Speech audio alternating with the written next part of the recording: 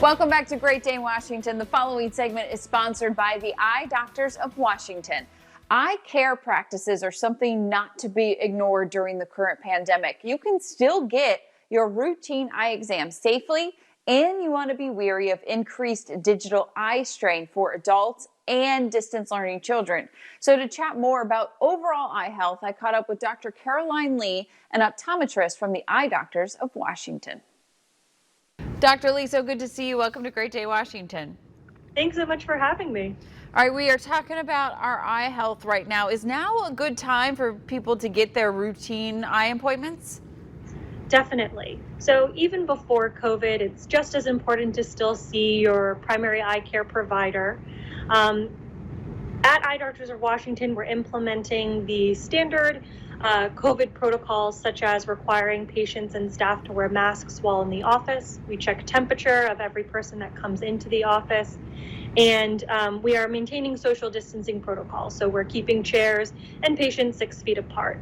Specifically at Eye Doctors of Washington, we've rearranged our schedule so that exam times and appointments are spaced out a little bit longer, and doctors' schedules themselves are also spaced out, so we're limiting the amount of patients that are coming into the office.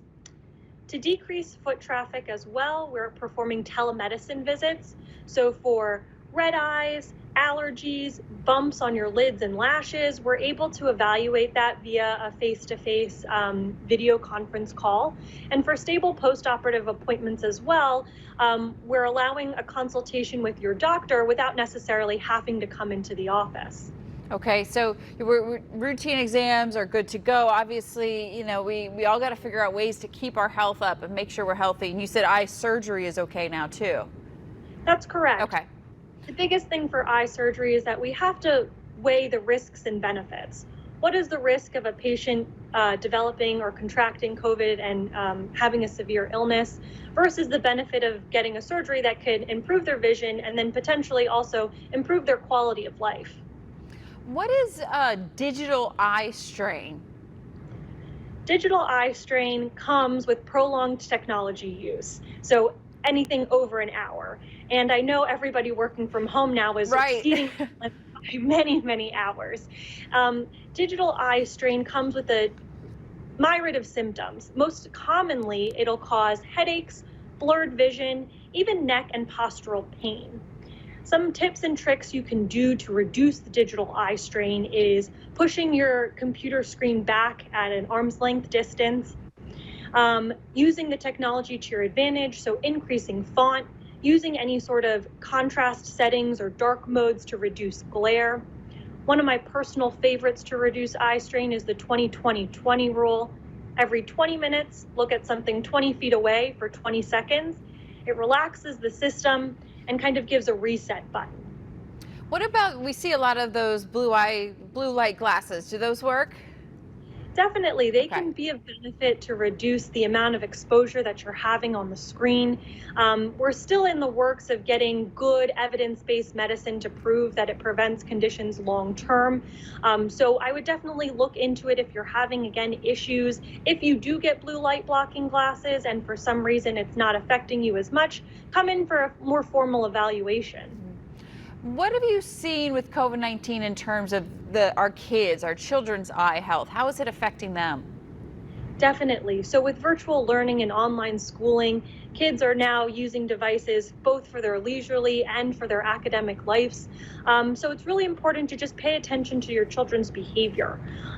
If you notice that your child is holding the screen a lot closer, if for distance objects they're squinting or straining a bit more, those are kind of obvious ways to maybe check in and see if something needs to be more formally evaluated. But in general, it's recommended that children at the age of 6 months, 12 months, 3 years, and before first grade are evaluated to see if anything subtle or not as obvious is going on with their eyes. It's interesting, Dr. Lee, because you think about the kids who used to come home and say, I can't read the whiteboard or the chalkboard, and they're squinting just to see what the teacher's writing at school. Now they're having to figure it out in a different way and can't see their screens maybe as well.